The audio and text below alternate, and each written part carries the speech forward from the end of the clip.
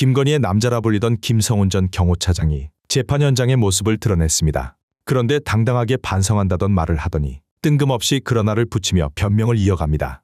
이런 모습들이 과연 국민들의 공감을 얼마나 이끌어낼 수 있을까요? 그저 내란 임무 종사자 중 하나 아닐까요? 재판 현장 영상으로 함께 보겠습니다. 다음엔 혹시 김성훈 피고인, 김성훈 피고인 하실 말씀.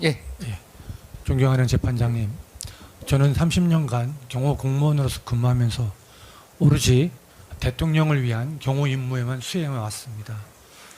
이번 역사적 사건 속에서 국가적 혼란과 무질서한 상황을 만들게 돼서 무엇보다 죄송하고 깊이 반성하고 있습니다.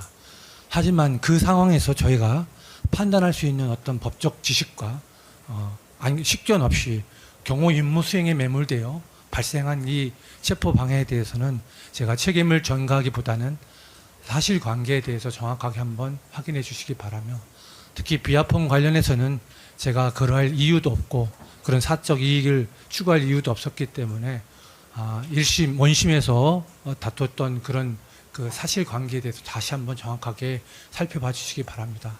나머지 부분에 대해서 제가 변명하고자 하는 게 아니라 책임질 부분이 있으면 반드시 책임지겠습니다. 이상입니다. 감사합니다. 다음에 이광욱 피고인. 발언의 기회를 주셔서 감사드립니다, 재판장님.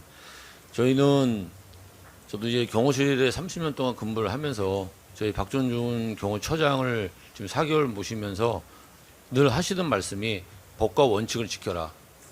그리고 항상 이번 일 사태가 났을 때 추가로 하신 말씀이 이제 물리적 충돌은 절대 있으면 안 된다, 공무원 간에.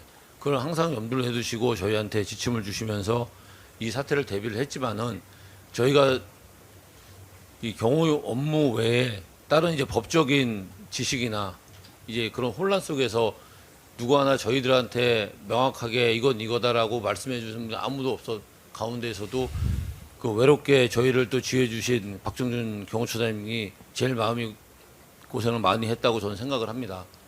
또 그걸 보고 또 저희 직원들도 또 박정준 처장님께 또 힘이 되고픈 마음에 또 그런 조치를 한 것에 대해서는 국민들과 또 공수처나 경찰 관계자분들께 깊은 사과의 말씀을 드리고 싶습니다. 단지 저희는 다른 건 없었습니다. 다만 물리적 충돌 없이 이 사태가 잘 마무리될 수 있도록 법적인 책임은 이제 법조계에서. 다음에 김성훈 변호인. 김성원 변호인 법무법인 자유의 최장훈 변호사입니다. 구체적인 항소 이유의 요지는 기 제출된 항소 이유서로 가름하고 그 요지만 간략히 진술하도록 하겠습니다. 우선 대통령 등의 경호에 관한 법률 위반 등 범죄 사실과 관련하여 이 부분 판단의 핵심은 피고인이 지시한 내용이 증거인멸, 통화기록 삭제와 같은 증거인멸이었는지 아니면 외부인의 접속 차단과 같은 보안 조치였는지에 있습니다. 원심은 이를 삭제 지시로 판단하였으나 이는 실체적 진실을 오인한 결과입니다. 우선 12월 6일자 선행 보안 조치를 간과하였습니다. 원심은 12월 7일에 지시만을 분리하여 유죄로 판단하였습니다.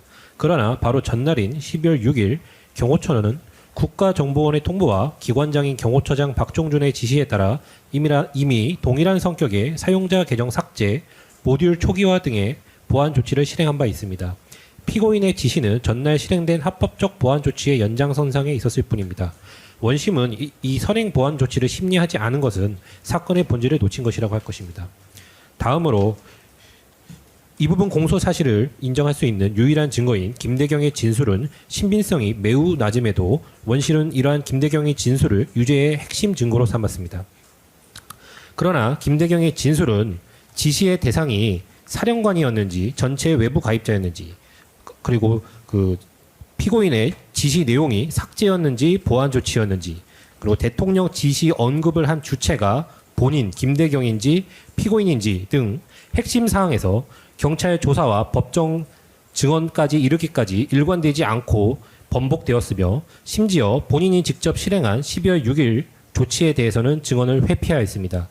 이는 이해관계가 대립하는 증인의 진술로서 증명력을 인정하기에는 현저히 부족하다고 할 것입니다. 마지막으로 피고인에게는 증거인멸의 범위가 없으며 결과도 발생할 수 없었습니다. 피고인은 김대경 등에게 통화 내역, 기록 등이 삭제되지 않고 보안 조치를 할 수 있는 방법을 알아보라고 지시하든지 12월 12일 자신의 휴대폰으로 직접 로그인 아웃을 시연해본 후 오히려 이렇게 해도 기록이 남아 있으니 증거인멸이 안 된다며 보안 조치를 할 것을 지시하기도 하였습니다. 또한 당일 박종준 경호처장을 직접 찾아가 보안 업무 규정집을 펼쳐 보이며 정식 결체를 요청하기도 하였습니다. 증거인멸을 의도한 자가 기관장을 찾아가 정식 절차를 밟아달라고 호소하는 것은 사회 통념과 경험집에 반한다고 할 것입니다. 더구나 비아폰 서버에는 통화기록 원본이 그대로 보존되어 있었으므로 단말기 접속 차단 조치만으로는 증거인멸이 불가능하였습니다. 이처럼 원심은 사실을 오인하여 피고인의 행위가 직권남용에 해당한다고 판단한 법리 오해를 한 위법이 있습니다. 다음으로 특수공무 집행 방해 등 체포영장 집행 관련 범죄 사실과 관련하여 피고인은 이 부분에 관하여 자신의 행위가 법령에 위반되었음을 인정하며 깊이 반성하고 있습니다. 다만 원심이 인정한 사실관계 중 일부는 사실관계가 전혀 다르거나 피고인의 가담 정도가 과장되어 있습니다.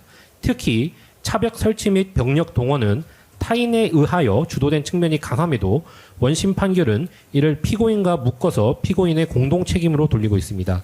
공동 피고인 간의 가담 범위와 책임의 크기는 명확히 구분되어야 할 것입니다. 항소심에서는 피고인의 실제 관여 범위가 어디까지인지를 엄격히 판단하여 주실 것을 간곡히 요청드립니다. 피고인은 28년간 국가를 위해 헌신해온 공직자로서 사적 이익을 취한 바가 전혀 없습니다. 또한 이미 파면이라고 하는 사회적, 경제적 형벌을 충분히 감수하고 있습니다. 피고인의 범행 경위, 조직 내 지위, 결과의 미발생, 그리고 깊은 반성의 태도를 감안하여 법이 허용하는 범위 내에서 최대한의 선처를 하여 주실 것을 요청드립니다. 이상입니다. 예, 다음 이광호 피고인.